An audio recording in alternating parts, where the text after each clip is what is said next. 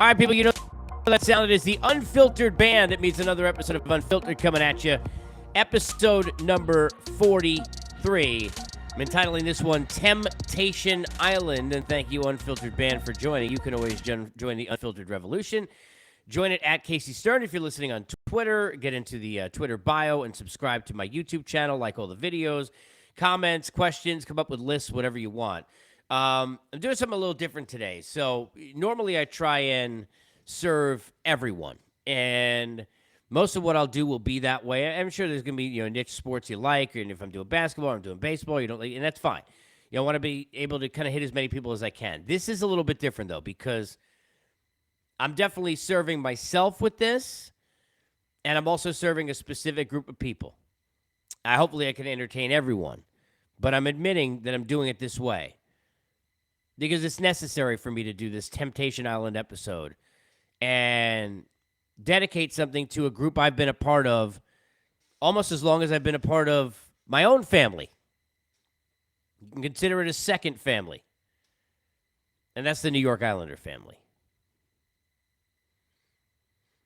There are a lot of people that resonate with a fan base and they're diehards. I am that way with a couple of sports teams, clearly. There is no team I root for or have rooted for since I was a kid, including the Mets, that I have the amount of passion that I have for being a New York Islander fan. None. I have been an Islander fan since I can literally remember doing anything. Since I was like 5 years old. The first games I were at were in the Stanley Cup playoffs. I wish I remembered them more now, considering how much heartbreak I've had to deal with. I love being an Islander fan. I'm proud of being an Islander fan. I think it's the best fan base in sports. The dedication and loyalty this fan base has, and that all of you who are listening, if you're Islander fans, have had, no matter how angry you've gotten, no matter what's happened. You got an owner who had $10 in his bank account in John Spano. Never left. You had a dragon as your mascot. Never left. Watch the team disappoint you year after year. Never left. A building whose acoustics were amazing, and it was our home. And no offense to it's a family program. Normally it's a family program. It's a 99% family program, but this is necessary. People used to say all the time, it's a shithole. It's my shithole. Got a problem with it? Because I got all these people who are here with me. There's a feeling that's been different about being an Islander fan since I was a kid. My first favorite player in any sport, really, that I totally latched onto and still have never let go, because I have his official jersey, and it was ironic that, Dwight Gooden, I was as a big Met fan growing up because we wore the same number, but Pat LaFontaine in number 16. The Easter Epic, all those teams. I mean, those terrible teams with Randy Wood and Brad Lauer and Norton and all those guys. I mean, those teams were terrible. Many of them. You're used to, when you're an Islander fan, especially if you're like me and you're a Knick fan and a Mets fan. Thank God I don't fit into the category most fans of those teams do, and not be a Jet fan too. But when you're a fan of those teams, you're used to sucking, you're used to hurting, you're used to not sleeping, you're used to pain, you're used to everything that comes with being an Islander fan. I'm used to it too. And there are times where you find yourself over the years, you're like, I don't want to get irrational just for the sake of it, and I don't like to do that in this business either. I don't. And if I succeed in doing so and reach out enough, I'm hoping that there are a lot of Islander fans listening to this right now at some point or at different points. And I want you to know that I'm not coming to you as somebody who's just trying to be irrationally ridiculous about this team, nor should you feel the same when we say the following. Right now, this sucks. And I've had it. And it was time to open my mouth, not as a broadcaster, but I'm here as a fan. I love hockey. It's been my favorite sport to watch since I'm a little kid. I love it. I love everything about the sport. Every romance I feel in baseball, that's romantic in different ways. I feel watching people skate. I love this sport. I love this team. I had fish stick jerseys. I've been on Garden Vision, gotten booed by the whole Garden as an Islander fan when I was 15, almost got into a fight with somebody in his 40s. Gotten into a fight defending an Islander fan and other fans. These girls who had posters ripped by Ranger fans when I was like 17 years old. I bleed, love, and honk the crap out of this team.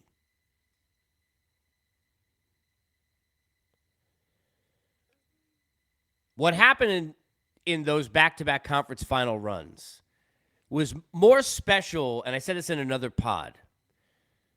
Now, hopefully you'll go back and listen to all the pod episodes if I've gotten Islander fans on board who haven't listened because they think I just do baseball and they don't like baseball, whatever the case is. Hopefully we've made new friends.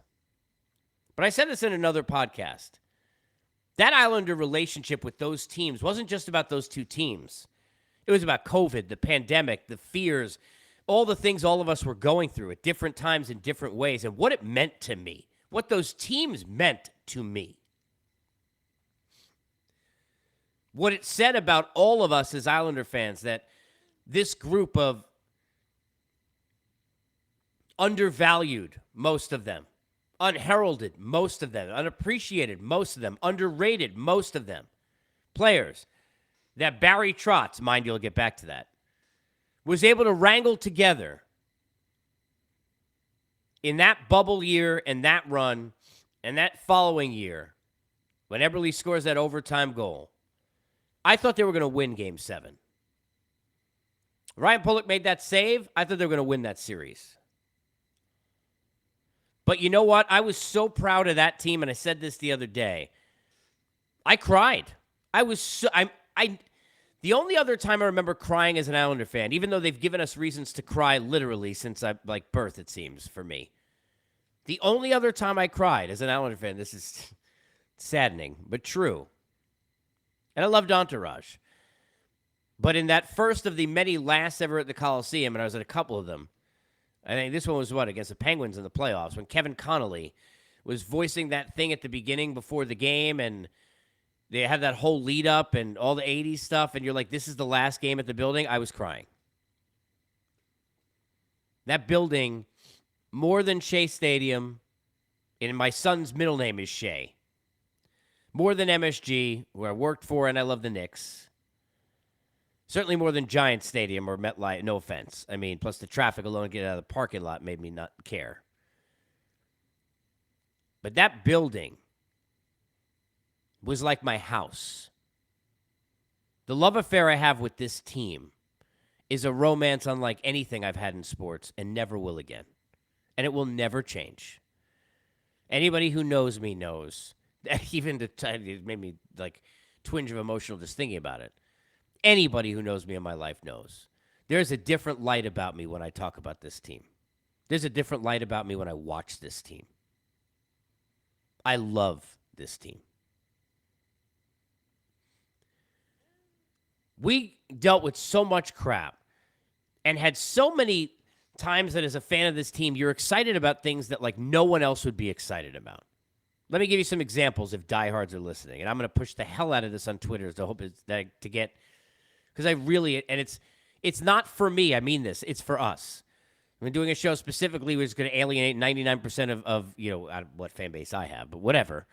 Like for this episode, but literally I want every Islander fan, I don't care if they know me or not, to listen to this and to comment and be a part of this together, right?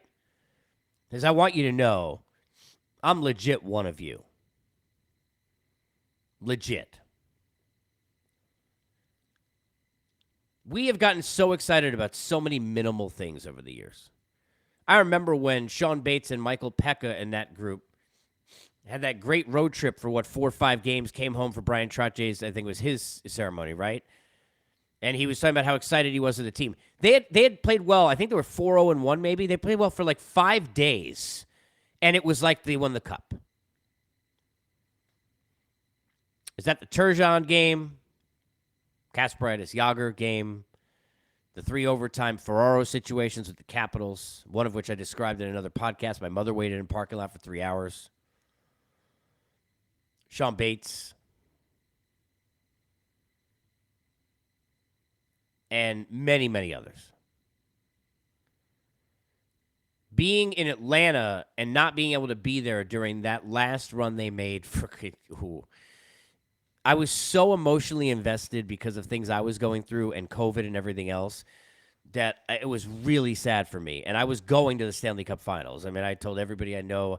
I was like arranging it like I was going to be there somehow. I absolutely was going to go. I probably was going to have to fly in for like the day of, and I was going to do it. I've done that for a Springsteen show in Buffalo. I could do it for the Islanders. I was going to do it.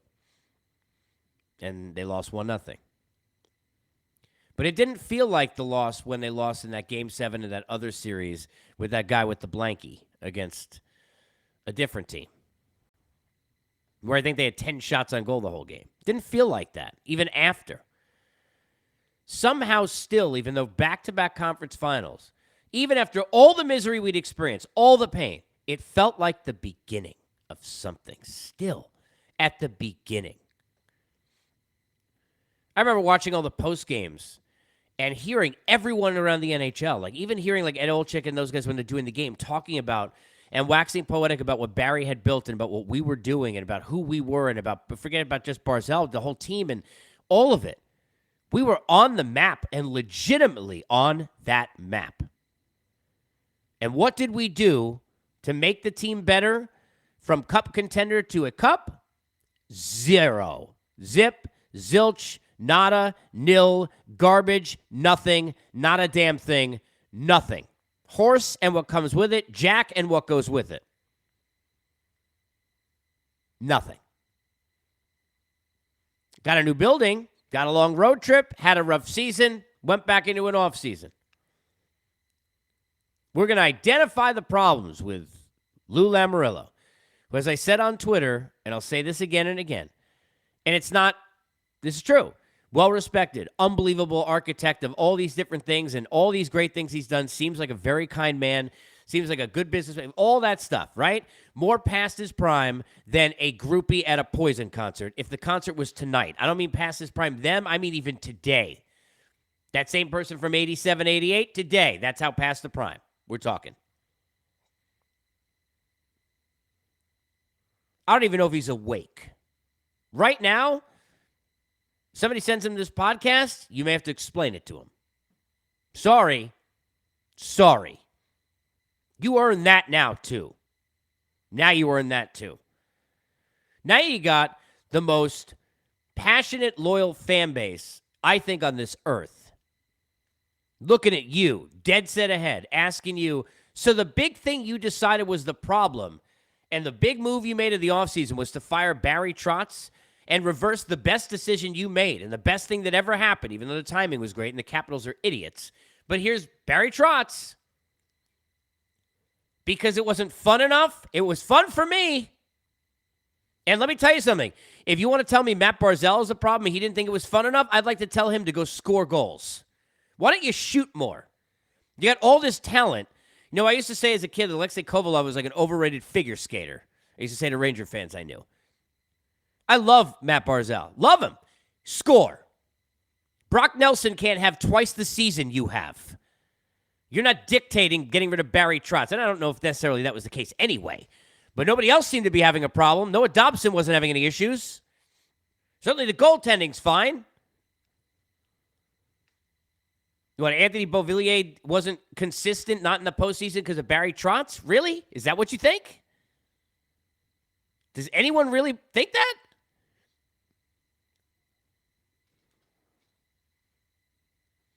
To fire Barry Trotz was a heinous and idiotic decision. It was gross. When I first heard about it, I'm like, oh, he stepped down. Maybe it's like, you're passing in the family and all that stuff we know. Are you kidding me? It has nothing to do with who the coach is next. You're one of the greatest coaches of all time. Now, if he was Lou Lamoriello and looked out of his prime, that's fine. How out of his prime did he look when he got you to 2 conference finals? How out of his prime did he look? When he had a team prepared for a bubble, more prepared, seemingly, you tell me different. They look more prepared than any goddamn team that was out there. You tell me how past his prime he is.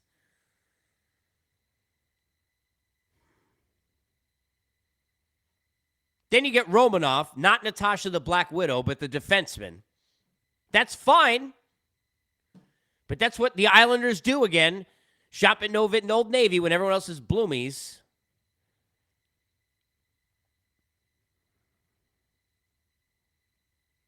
The idea that this Islander team did absolutely jack shit in this offseason is a disgrace. It is a damn disgrace. I don't know if Johnny Gaudreau was going to be the savior. I certainly would have liked to see Barzal pass to him, wouldn't you? Now, it's okay if he didn't really want to go home in the first place and wanted to go to Columbus and all that stuff. But the point is, what people don't get is you can't hang around and wait then. And Lou Lamoriello was in. I mean, good for him getting in on it. Great. Where was your plan B? I'm not the GM. You're the great architect. Where was plan B, C, and D? Oh, you're stealth. He's not stealth. He ain't doing anything. Do you understand the difference? This whole idea, oh, well, Lou's not telling us. No, he's not telling you. He got nothing to tell you. Do you understand? You have anything nice to say, don't say it? He had nothing to say. That's nice about what he's doing.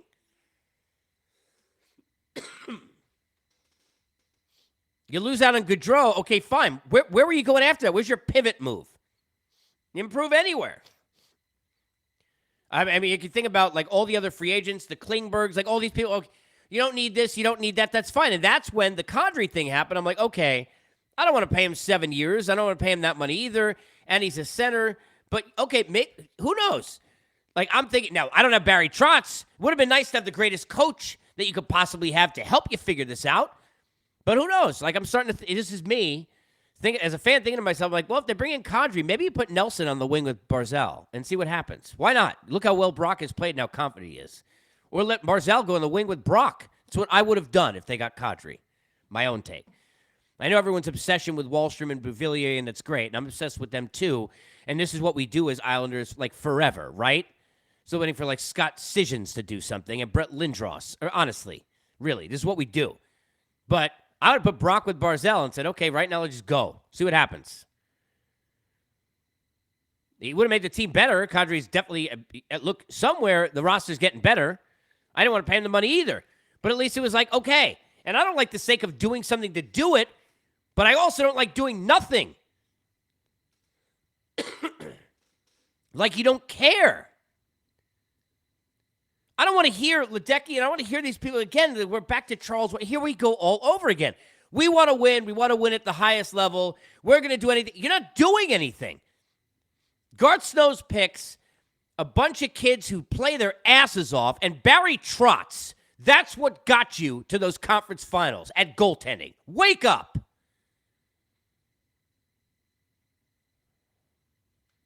It's not a terrible team. Without that crazy road trip, if they stay healthy enough this coming season, they're going to make the playoffs. But you know what they're going to do?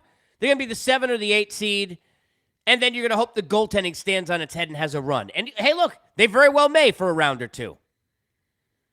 But they very well may is in how teams who want to win the whole damn thing act. Do you understand?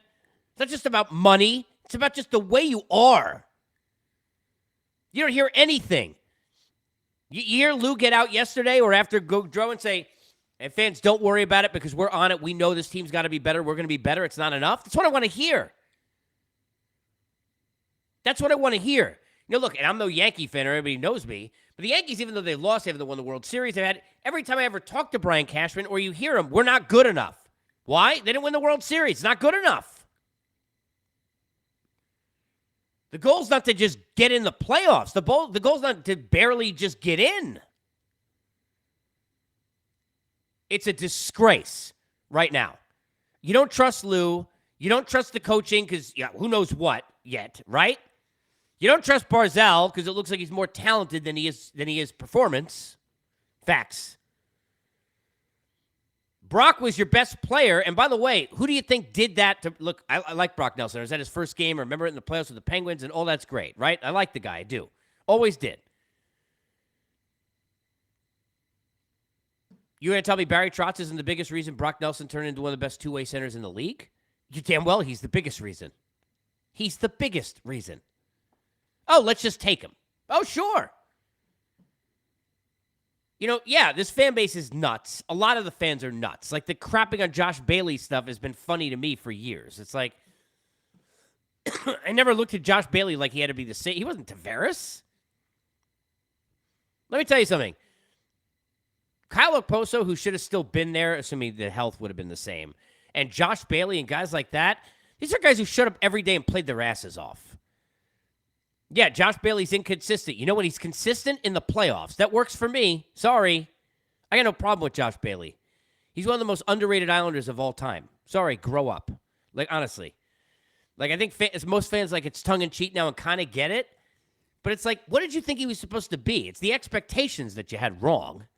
Like, what do you think he is? How many forwards you know on franchises have been in a top 6 of a rotation as long as he's been in it in your lineup? Tell me.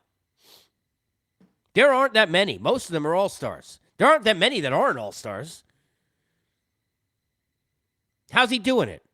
Magic tricks? You tell me the team's been bad? They've been in the playoffs. By the way, he's been one of the most reliable people in the playoffs. But it's time for Matt Barzal to step up and take all that talent and just show me.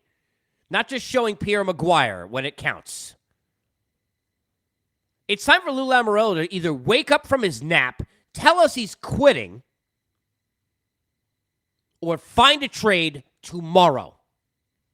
Because, look, I don't care if it's Sonny Corleone or Sonny Milano or a Milano cookie. It's not enough. It ain't enough.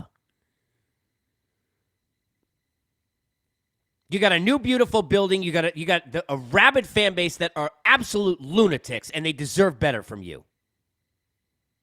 They deserve more from you. We give all we could give.